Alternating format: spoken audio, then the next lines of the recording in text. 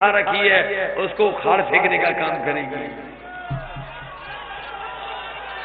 इसलिए सिद्धार्थनगर के हमारे साथियों में जहां मंच पर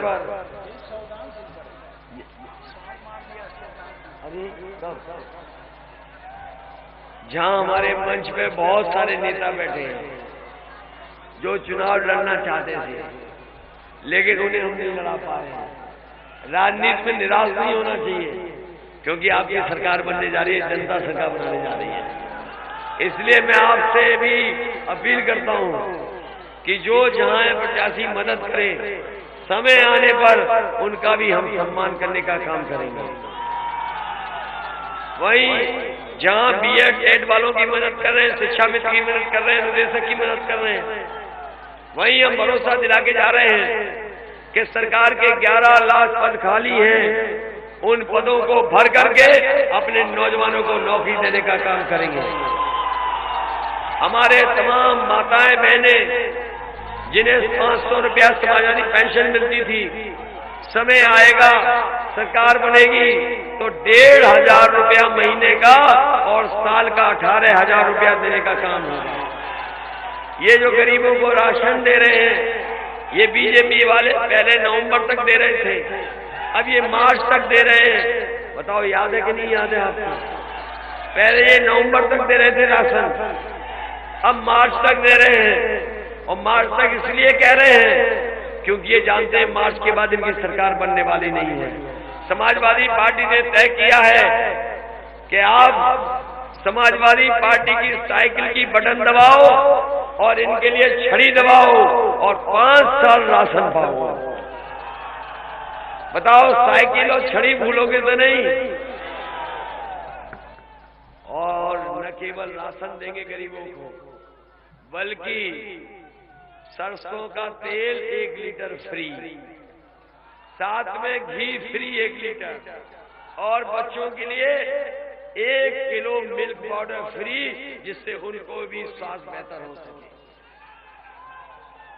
इसलिए मदद करिए। हम आपको भरोसा दिला के जा रहे हैं कि ये बाढ़ का क्षेत्र है और बाढ़ के क्षेत्र में हमें अगर बाढ़ से राहत देने के लिए अगर कोई भी फैसला बड़ा सा बड़ा लेना पड़ेगा तो लेंगे। और जो सड़कें गड्ढा हो गई हैं, इन सड़कों को भी कम से कम ऐसी बनाई जाए कि पानी और बाढ़ से उन पर असर न पड़े, हमेशा सड़क पक्की दिखाई दे। मुझे याद है 2017 में मैंने एक्सप्रेस वे बनाने का फैसला लिया था कि अगर 2017 में हमारी सरकार बनेगी तो सिद्धार्थनगर को लखनऊ से जोड़ने के लिए एक्सप्रेस वे बनाया जाएगा, जो झांसी तक जाना था। क्योंकि एक किनारे के लोग दूर पड़ जाते हैं, यही नेपाल से हमारा कारोबार हो सकता है। यहाँ बहुत सारे नेपाल के कारोबारी व्यापारी लोग लखनऊ से लेकर के दिल्ली और उस तरफ जाना चाहते हैं।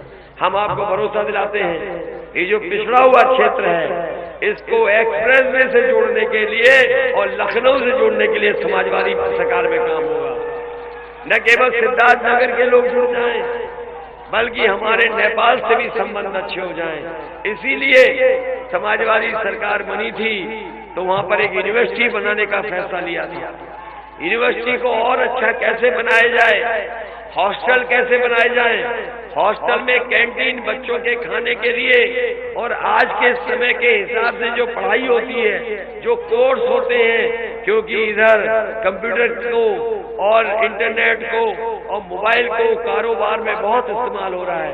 इसलिए आने वाली पीढ़ी को अगर नए तरह की पढ़ाई के लिए हमें नई ट्रेनिंग इंस्टीट्यूट और अगर स्कूल कॉलेज बनाना पड़ेगा, उसी में कोर्स चलाने पड़ेंगे, तो अपने बच्चों के भविष्य को बेहतर बनाने के लिए वो संस्था बनाने का काम समाजवादी सरकार का। ये जो मेडिकल कॉलेज बना है, अभी जितना इलाज और जितना फ्री इलाज मिलना चाहिए गरीबों को नहीं मिल पा रहा है। आधे अधूरे मेडिकल कॉलेज के उद्घाटन कर दिए। हम आपको भरोसा दिला के जा रहे हैं, समाजवादी सरकार बनेगी तो गरीबों का फ्री दवाई, फ्री जांच और उनका इलाज भी फ्री हो जाए, ऐसी व्यवस्था बनाएंगे। यहाँ धान की और चावल की बहुत गुंजाइश है। हम संभावनाएं ढूंढेंगे और पहले भी मैंने मंडी के माध्यम से संभावनाएं ढूंढ करके इसको एक्सपोर्ट की व्यवस्था की थी, मार्केटिंग की व्यवस्था की थी। अगर हमें समाजवादी सरकार बनेगी तो जिस तरीके से आप बासमती चावल का प्रचार टीवी पर और दुनिया में देखते हो, समाजवादी सरकार आएगी तो यहाँ के धान और चावल का भी प्रचार करा करके यहाँ के किसानों की मदद करने का काम समाजवादी लोग करेंगे। इसलिए मदद करोगे, ये मान सब सीटें जिताओगे, 5 की 5, कहीं गड़बड़ तो नहीं हो रहा है। हमारे स्पीकर साहब को कितना अपमानित होना पड़ा, याद है आपको? नहीं याद है? ये बीजेपी वाले न केवल भाषा से खराब हैं बल्कि इनकी नीयत भी खराब है। बताओ ये नफरत फैलाने वाले लोग हैं कि नहीं है? हालांकि बहुत छोटा नेता है, उसके भाषण के बारे में हम नहीं,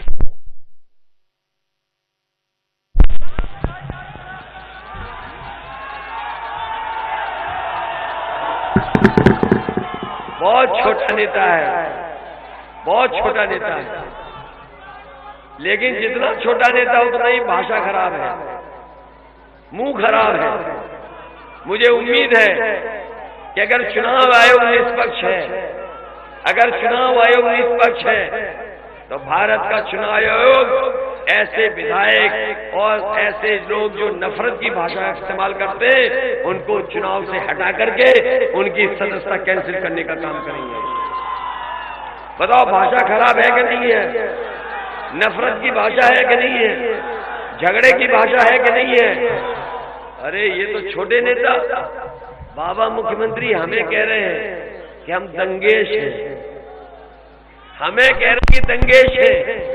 कभी बाबा मुख्यमंत्री की शक्ल देखी आपने? शक्ल से कौन दंगेश लगता है?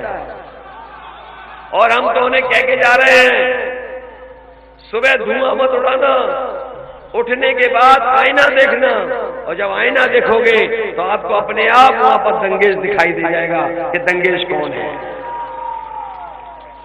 इसलिए साथियों इनकी भाषा से सावधान रहना, इनकी नीयत से सावधान रहना। ये चुनाव उत्तर प्रदेश की खुशहाली के लिए है, ये चुनाव उत्तर प्रदेश से लोकतंत्र बचेगा उसके लिए चुनाव है। ये चुनाव इसलिए भी है कि हमारे देश का बाबा साहब भीमराव अम्बेडकर जी ने जो संविधान दिया था वो संविधान बचेगा कि नहीं बचेगा। इसलिए चुनाव जहां नौजवानों आपके भविष्य का है, वहीं हम किसान भाइयों को कहना चाहते हैं कि लगातार इनके गलत फैसलों से हमारा किसान बर्बाद हो रहा है, हमारी गंगा जमुनी तहजीब को बर्बाद कर रहे हैं, जो हमारे मिली जुली तहजीब है उसको बर्बाद कर रहे हैं। इसलिए आप सब लोग इस चुनाव में समाज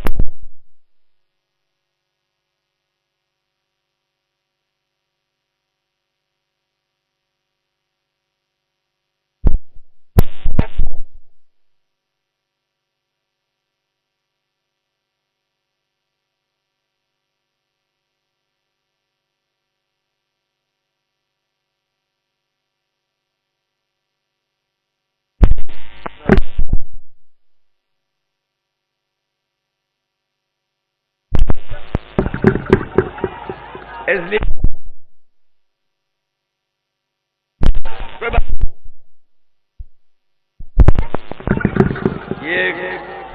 ये तार कहीं दब रहा है, तार दब रहा है।